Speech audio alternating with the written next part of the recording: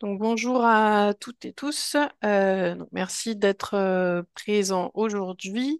Donc, pour introduire un petit peu cette session, donc je suis Cécile Blanc, chargée de mission biodiversité et légumes à la FNAB, Fédération nationale d'agriculture biologique.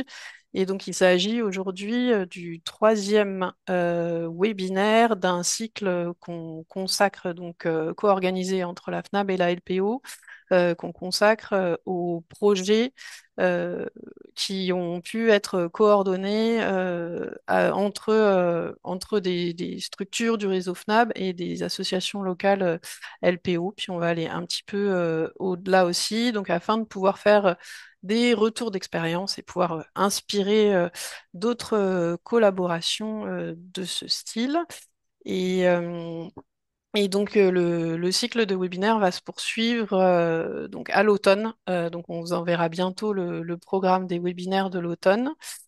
Et du coup, de commencer la présentation de ce webinaire qui va être sur Trame verte et bleue et réseau des fermes biodiversité, donc en Grand Est, qui va être co-présenté par Michael Couchot de Bio en Grand Est, Anne-Sophie Gadot et Arthur Keller de la LPO. Et donc, avant de commencer, je laisse Sophie dire quelques mots sur le partenariat entre la FNAB et la LPO. Oui, merci Cécile. J'espère que c'est bon pour tout le monde. Damien, j'espère que tu vas réussir à nous entendre. Voilà. Donc, bon, je le dis à chaque entrée de pas de séminaire, de webinaire, mais ça fera un petit rappel quand même. Donc, la convention, elle a été signée, la convention cadre au niveau national a été signée enfin, mi-2024, on va dire, lors du congrès de la LPO en juin. Et donc, elle dure 3 ans, donc jusqu'en juin 2027. Et donc, il y a différents axes qui sont prévus dans cette convention. Donc, il y a toute une partie montage de projets communs, développement de projets existants. Donc, ça, c'est tout un volet, le premier axe. Un partage de connaissances en interne de nos têtes de réseau, de nos deux têtes de réseau. Tout un volet plaidoyer et communication commune. Donc ça, c'est ce que l'on porte notamment aussi via le collectif Nourrir au niveau national. Il y a toute une partie formation et montée en compétences aussi de nos réseaux. Et puis un appui aux déclinaisons locales, aux partenariats qui existent pour justement faire en sorte qu'il y ait plus de collaboration entre nos groupements, enfin vos groupements d'agriculteurs biologiques et nos associations locales. Et donc, ça fait partie de ce volet-là, toute cette partie webinaire. Donc voilà, comme disait Cécile, on est en train de caler là, les dates de cet automne des prochains webinaires. Donc, on vous enverra ça très rapidement.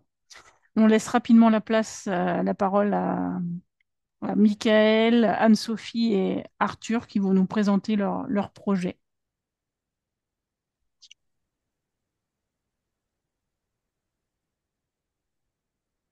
Bonjour à tous, donc Mickaël Couchot, je me présente, Mickaël Couchot de Bulle en Grand Est, je suis chargé de mission biodiversité. Donc le projet qu'on va vous présenter, c'est le projet Ferme Biodiversité. Pour vous rappeler déjà nous dans le contexte de ce projet, ça c'était la base. Après je laisserai Anne-Sophie et Arthur se présenter quand ils vont prendre la parole, je pense. Donc le contexte de ce projet, tu peux en mettre la petite, Sophie. C'est sur de la trame verte et bleue. Il faut savoir que nous, dans le Grand Est, on a une région qui est quand même assez proactive là-dessus et je sais pas comment ça se passe ailleurs, mais en tout cas, voilà, on a cette trame-là. Voilà, c'est dans ce cadre-là que nous, on agit. Je vous ai mis quelques extraits de l'appel à projet auquel on a répondu. Donc, expliquer que c'est la trame verte et bleue, mais je pense que la plupart de vous, d'entre vous le savent déjà. Donc, c'est d'enrayer le déclin de la biodiversité au travers de la préservation et de la restauration des continuités écologiques, ça c'est important, ce terme-là.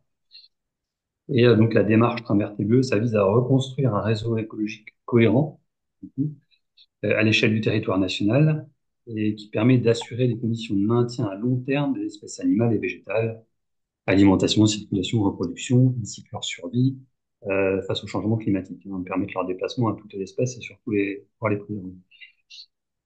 Donc cet appel à projet, donc il a pour objectif de soutenir des projets globaux et multipartenariaux. Donc ça c'est super important pour les financeurs.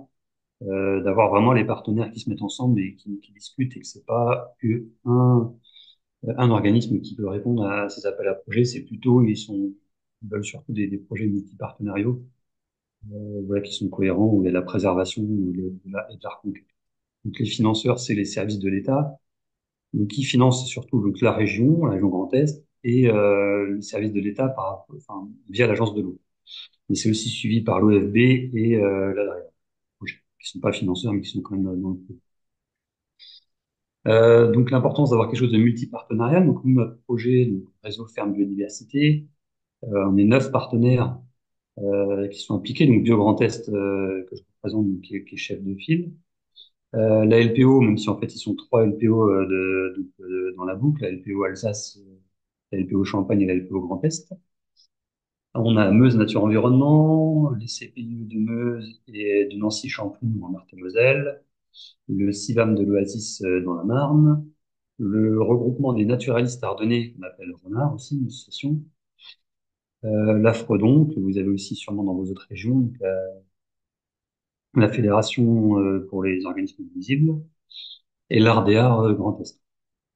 Et l'avantage de ça, de ce partenariat qu'on a tissé, qu'on a noué, c'est qu'on a quand même, on peut couvrir comme ça géographiquement toute la région Grand Est. On a les Renards qui agit dans les Ardennes, le CPE dans la Meuse, voilà, on a un peu, on permet de couvrir toute la région Grand Est. C'est aussi l'intérêt d'avoir un projet multipartenarial comme ça.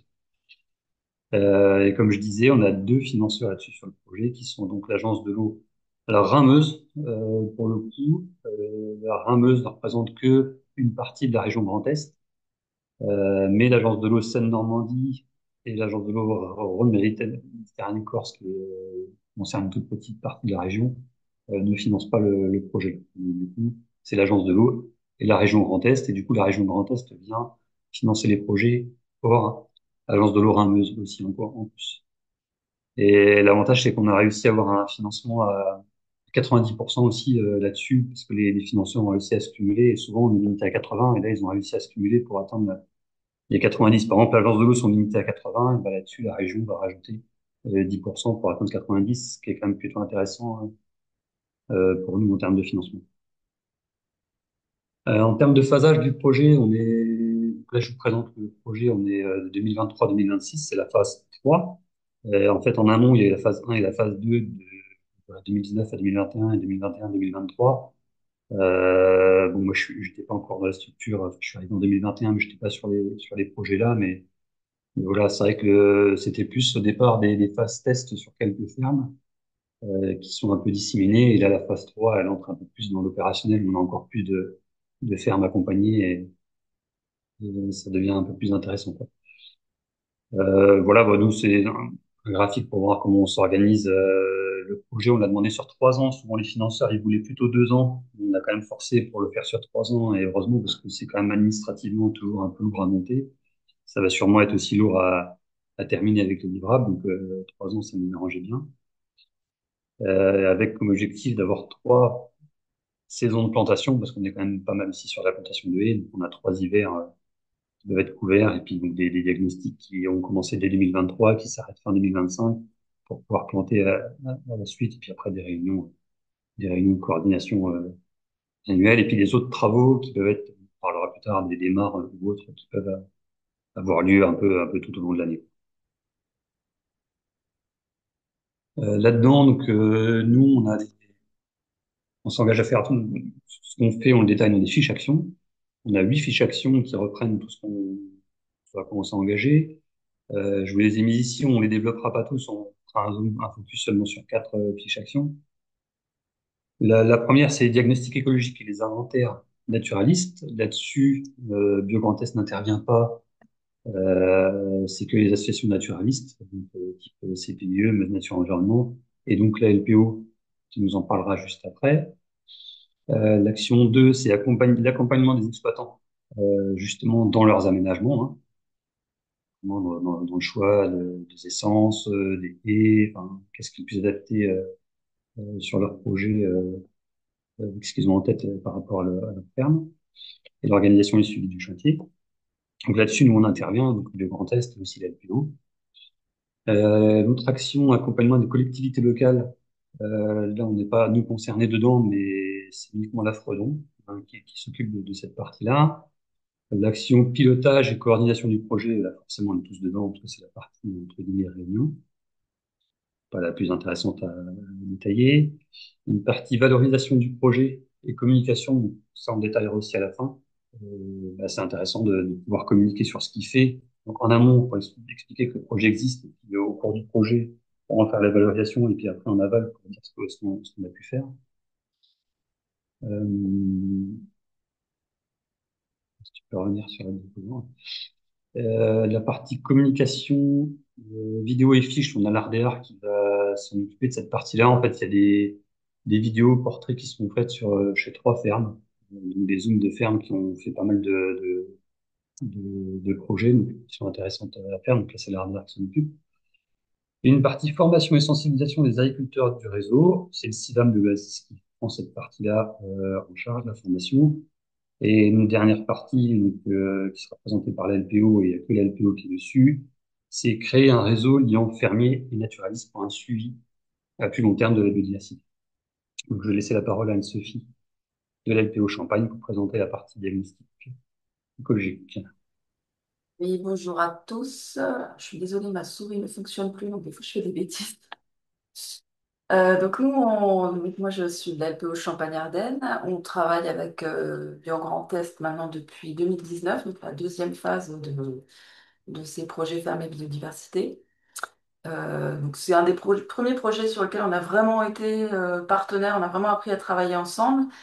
Et en fait, petit à petit, ça nous a amené à travailler plus régulièrement sur d'autres sujets aussi. On a par exemple répondu collectivement au pacte pour la haie avec également le CIVA dans notre région.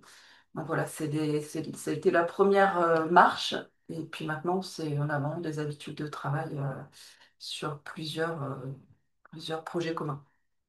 Nous, on a participé, comme le disait Mickaël, essentiellement à deux axes dans ce projet, qui était d'accompagner les agriculteurs dans la réalisation d'aménagements en faveur de la biodiversité, et le deuxième qui était spécifique aux structures naturalistes, donc la LPO Grand Est, Alsace, Champagne-Ardenne, et aussi d'autres structures comme Nature Nord qui était de réaliser des diagnostics écologiques sur les fermes qui le souhaitent. Euh, donc ça répondait à plusieurs objectifs qui peuvent être variables en fonction des agriculteurs et des fermes. Certains avaient un besoin de connaître eux-mêmes la biodiversité qu'ils accueillent sur leur ferme pour pouvoir le valoriser auprès de leurs consommateurs, par exemple, eux-mêmes, ou pour savoir quels sont les impacts de leurs pratiques sur la faune et la flore qu'ils accueillent.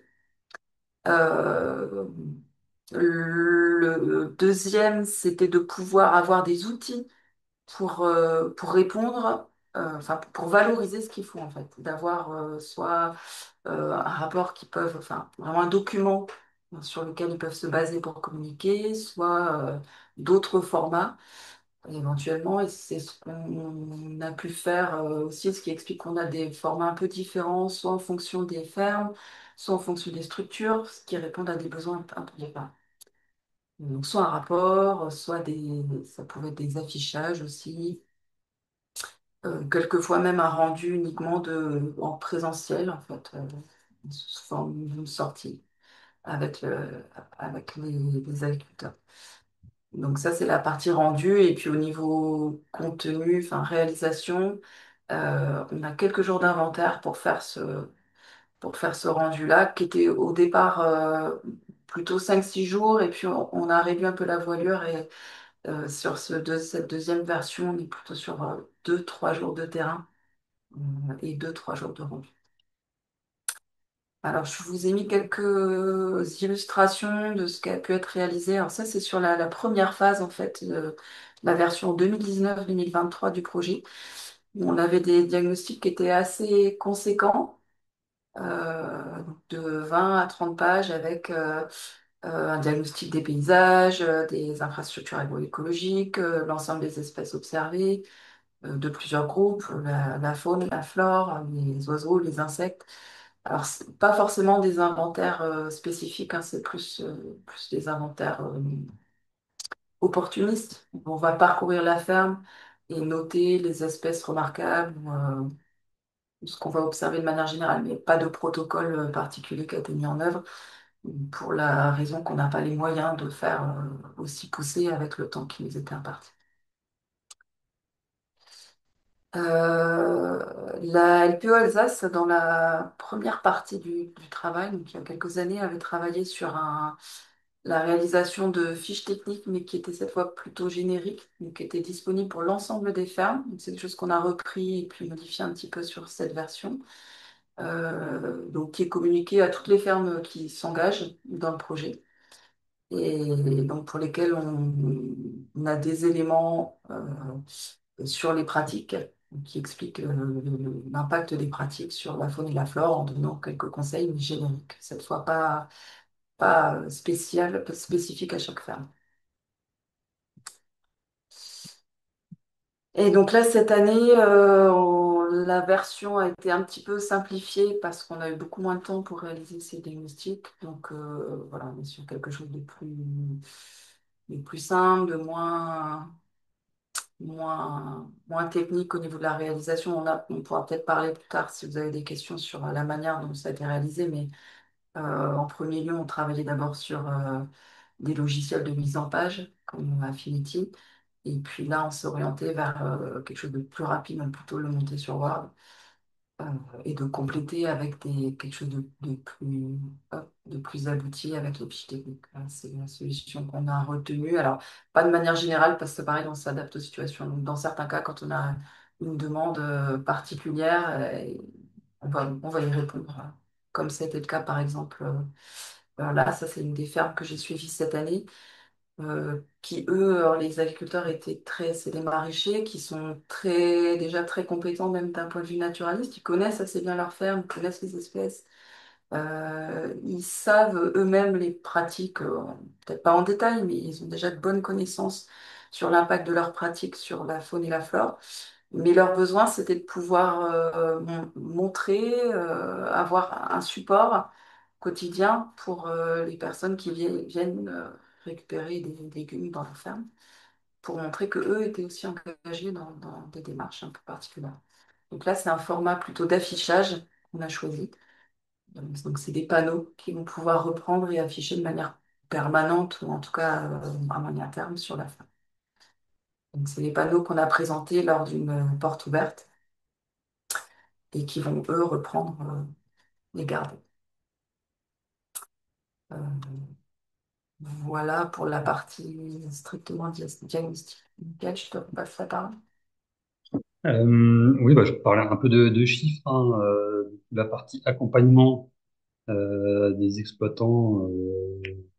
Parlait tout à l'heure, on a un objectif avec tout le collectif de 127 fermes accompagnées sur 3 ans, donc c'est quand même assez important pour montrer un peu l'envergure du projet. Nous, à Biogarantès, on a un objectif de 40 fermes, sachant qu'on a déjà engagé 17, donc c'est bien, et la LPO en avait 50 comme objectif, ils en ont déjà engagé 38. Donc on est quand même sur une bonne dynamique qui est super intéressante. Et voilà, le tableau, ça représente un peu les objectifs de chaque structure. Mais on a quand même une belle dynamique et en termes de budget, bah forcément, ça fait des budgets aussi qui peuvent être importants parce qu'on est quand même une dizaine de structures. Voilà, en tout, c'est presque 1,2 million, 1 million d'euros de travaux et nous, la partie animation qui nous concerne tous, on est à un peu plus de 200 000 euros. Voilà pour la partie chiffre de ce projet-là. Donc la partie accompagnement des exploitants, qu'est-ce que c'est? Donc déjà, quels travaux sont éligibles? Parce que ça, c'est quand même aussi assez important. Donc c'est tout ce qui est haies et des arbres intraparcellaires. L'avantage de ce projet-là, c'est qu'on a un peu moins de contraintes que sur le pacte en faveur de la haie et même quand on des haies avant. On a un peu moins de contraintes sur la densité, donc c'est assez chouette. On a plus de facilité à faire des haies un peu plus adaptées aux demandes des agriculteurs. Donc là-dessus, ce qu'on peut prendre en charge, c'est l'achat des plants, les protections, les tuteurs, le paillage, hein, tout ce qui va avec. Les arbres fruitiers, les petits fruits à la marge. vraiment quelques-uns parce que voilà, ils sont toujours dans un esprit les financeurs de pas être sur un projet productif. Les créations de mares sont aussi éligibles, mais avec cette contrainte de les financeurs veulent pas d'abord qu'on mette de bâches plastiques, d'imperméabilisation par bâches plastiques. On trouve des endroits adaptés à des mares, quoi, là où naturellement il y a de l'eau qui puisse se mettre. On peut aussi mettre des bandes fleuries, des jachères mellifères et des murs en pierre sèche. Hein. Aussi, la demande pas mal, notamment sur des murs de soutènement quand on le voit en bas à droite. Je crois que c'est en Alsace, ça, c'est parti. Donc une diversité de travaux éligibles favorables à la biodiversité. Donc ça c'est assez important, intéressant sur le projet. Nous, la partie accompagnement, bah, c'est déjà, tu en as déjà parlé, mais c'est déjà définir et dimensionner le projet avec l'agriculteur, sachant que nous, là-dessus, on n'est pas du tout sur des inventaires écologiques, hein, mais savoir un peu quel est l'objet, quel est le but, quel est le projet de l'agriculteur en termes de biodiversité, sachant qu'il y a évidemment d'autres choses pour la haie, de l'ombrage, voilà, d'accueil des pollinisateurs et autres. Hein. L'aider au choix des essences, dans le lien aussi avec les pépiniéristes, puis faire aussi le lien avec bah, les pelleteurs dans le cadre du creusement d'une mare, essayer de faire aussi un plan pour montrer à quoi on veut que la mare ressemble avec différents paliers, différentes profondeurs. Voilà, faire le lien avec le pelleteur, de ne pas laisser les pelleteurs tout seuls. Un appui technique, un accompagnement au moment du chantier, ou de plantation, voire de creusement de mare, hein, être présent le jour même si on peut. Et aussi un suivi après plantation, si ça c'est bien aussi quand on arrive à le faire. Et puis aussi du conseil pour la gestion durable des haies, c'est des questions qu'on a de plus en plus. Savoir comment on conduit les haies, comment on les entretient, ou comment, quelle période de l'année. Là, c'est aussi, ça fait partie aussi de la compagnie. Si on continue sur les chiffres, donc avant on était sur le budget, là, juste pour vous parler vraiment d'aménagement déjà réalisé pour le moment. On est déjà à 14 kilomètres de haies alors qu'on est à peu près à la moitié du projet. 1,5 km d'arbres, enfin d'alignement d'arbres. On a déjà 44 mares, ça c'est quand même super, je trouve que c'est une bonne dynamique, avec une surface cumulée de 3000 mètres carrés à la louche, ce qui fait des mares moyennes de 70 mètres carrés, donc c'est pas mal pour la biodive, quoi. Maintenant, les mares, on essaie de les faire quand même de plus en plus grandes, parce qu'on essaie aussi de les faire plus profondes, et forcément, comme on veut des pentes douces et qu'on veut qu'elles soient profondes, forcément, elles sont un peu plus grandes qu'avant. 11 000 mètres carrés de banturie, ça fait un peu plus d'un hectare, et 145 mètres de murs en pierre sèche. Voilà, pour l'instant, on en est sur le projet, mais ça va continuer pour la suite, quoi. La partie valorisation du projet, donc bah, en fait, c'est juste, on peut valoriser ce qui est fait. Donc, nous, on a organisé une visite de ferme en Alsace. On met des articles dans ce qu'on appelle les lettres AB, donc c'est les lettres qu'on envoie à tous les agriculteurs bio qui sont adhérents chez nous. On a intervenu aussi au forum maraîchage en Moselle. Et voilà, pour la LPO, par exemple, ils ont aussi mis des articles dans les dernières nouvelles d'Alsace. Il y a aussi une belle vidéo qu'ils ont fait en lien avec Vers de Terre Production, avec Arthur. Je pourrais vous envoyer le lien, d'ailleurs, Intégrer l'arbre en élevage, qui est assez chouette chez la ferme Opheul, d'ailleurs, la même ferme qu'on a été visiter avec Bio Grand Est. Des cinémas débats, voilà, des portes ouvertes, un peu de différentes choses qui peuvent être dedans et qui peuvent du coup être valorisées dans ce projet.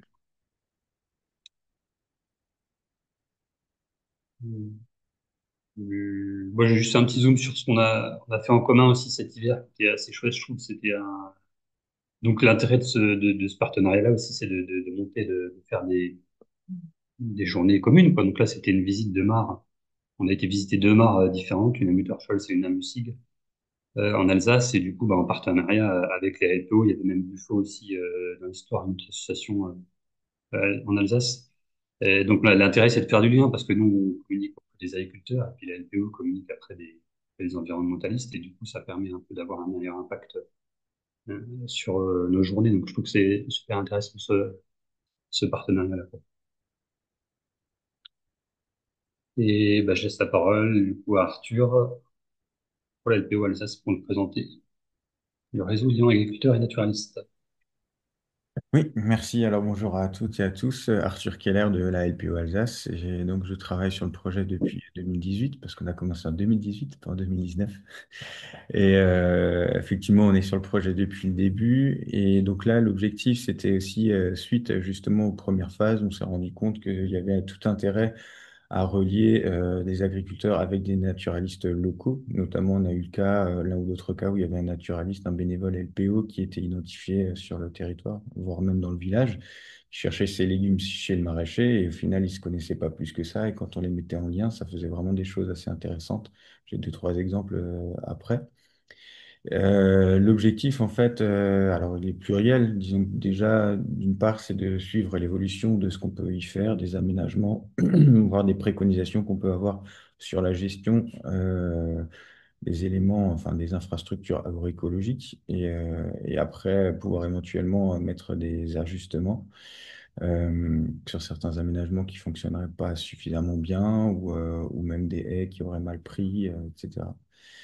L'autre objectif, c'est la montée en compétence des agriculteurs au sujet de la biodiversité et inversement aussi, je dirais, de monter en compétence les naturalistes ou les citoyens sur le contexte agricole dans lequel se placent les agriculteurs. Puisque c'est vrai que dans nos associations, on a souvent le cas de bénévoles qui sont très remontés contre la profession agricole au sens large, sans forcément connaître les contraintes et les éléments de contexte liés à la profession agricole. Donc là, l'idée, c'est vraiment de recréer du lien, un débat de personne à personne, hein, d'humain à humain, avant même d'être naturaliste et agriculteur. On est d'abord des humains. Donc l'idée, c'était vraiment de relier ça au niveau local. Donc je parlais au niveau d'un village ou au niveau d'une comcom. Et donc, ça fonctionne assez bien et on se base du coup sur le réseau de bénévoles qu'on a déjà dans nos structures. Bien sûr, il faut que l'agriculteur il soit d'accord, hein, et qu'il ait envie d'être mis en lien. Il y a une fois eu le cas où il préfère ne pas trop être embêté, mais sinon les autres fois, ça s'est très bien passé, ils étaient ouverts. Là, on voit juste quelques petits exemples. Donc les bénévoles, alors ça demande aussi de notre part d'être présent pour ces bénévoles, pour lesquels, comme je le disais, la plupart ne sont pas forcément formés ou n'ont pas connaissance du contexte agricole, donc ils sont en lien aussi régulier avec nous, chargés de mission. Sachant que ce lien, en fait, agriculteur-naturaliste, c'était nous qui l'avions, mais c'est vrai que là, on est à plusieurs fermes, notamment depuis la phase 1. Nous, en Alsace, on est à 60 fermes qui ont été accompagnées depuis le début. Sachant qu'il y en a certains qui ont commencé en 2018, qu'on continue à suivre annuellement parce qu'ils plantent, ils font des mares, ils continuent, ils continuent. Ce qui est chouette, mais ce qui fait qu'effectivement, on n'a pas forcément le temps d'être suffisamment présent sur le terrain et c'est vraiment là où c'est important. Parce que des conseils par téléphone, c'est intéressant, mais c'est vraiment sur le terrain que tout se joue. Là, on a juste un exemple. Donc, la première photo, c'est une prairie. C'était en fait une ancienne parcelle qui était cultivée, puis ça a été semé en prairie. Et en fait, le bénévole a remarqué qu'il y avait régulièrement de l'eau en fait dans cette prairie. Il a proposé d'y faire une mare. Donc ça, c'est quelque chose que moi, je n'avais pas identifié lors du diagnostic, puisque c'était une parcelle qui avait été cultivée en maïs à l'époque, et du coup, il y avait certainement un petit peu d'humidité, mais on ne pouvait pas forcément proposer de mare. Et donc là, il y a une mare qui a été créée, qui a été financée donc par le projet, mais qui était à l'initiative du bénévole qui est sur la ferme. Ensuite, on a un nichoir. Bon, ça c'est un peu anecdotique, mais c'est pareil. On a mis en place un nichoir à faucons cresserelles. Donc, ça a été suivi par un bénévole. Pendant 2 années, les faucons ont été prédatés par des corneilles. Alors, sans jugement, hein. Mais en tout cas, le bénévole a proposé d'y faire un petit aménagement pour éviter cette prédation. Et du coup, il y a mis une planche et ça a fonctionné.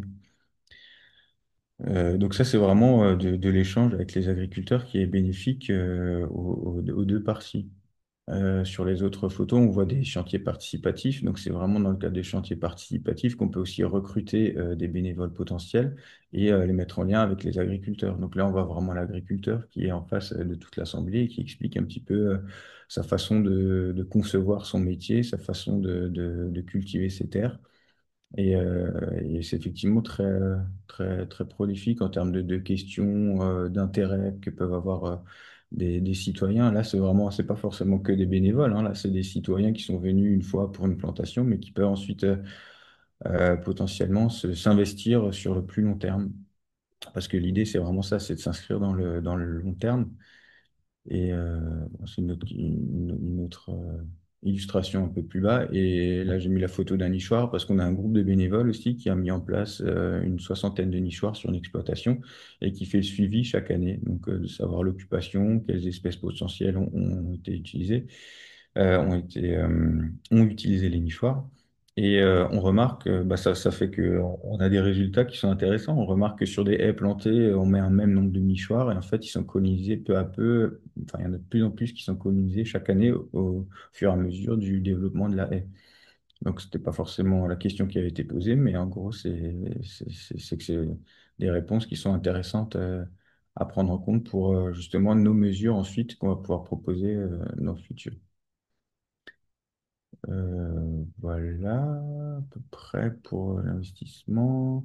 Je voulais juste rapidement présenter aussi, alors je ne sais pas si j'ai encore le temps, mais c'est effectivement une autre collaboration qu'on a au niveau Alsace, là, sur un autre projet. Donc là, je switch complètement de projet, hein. C'est un projet Interreg, mais qui est aussi en collaboration LPO Alsace, Géo Grand Est, avec tout un tas d'autres partenaires, puisque c'est un projet qui est sur trois pays, avec la Suisse, l'Allemagne et donc la France et qui porte sur le vignoble, en fait, qui s'appelle Interreg Vin Biodive, et qui est un petit peu l'équivalent, sachant qu'on a aussi des vignerons dans le projet Ferme Biodiversité qu'on vient de présenter.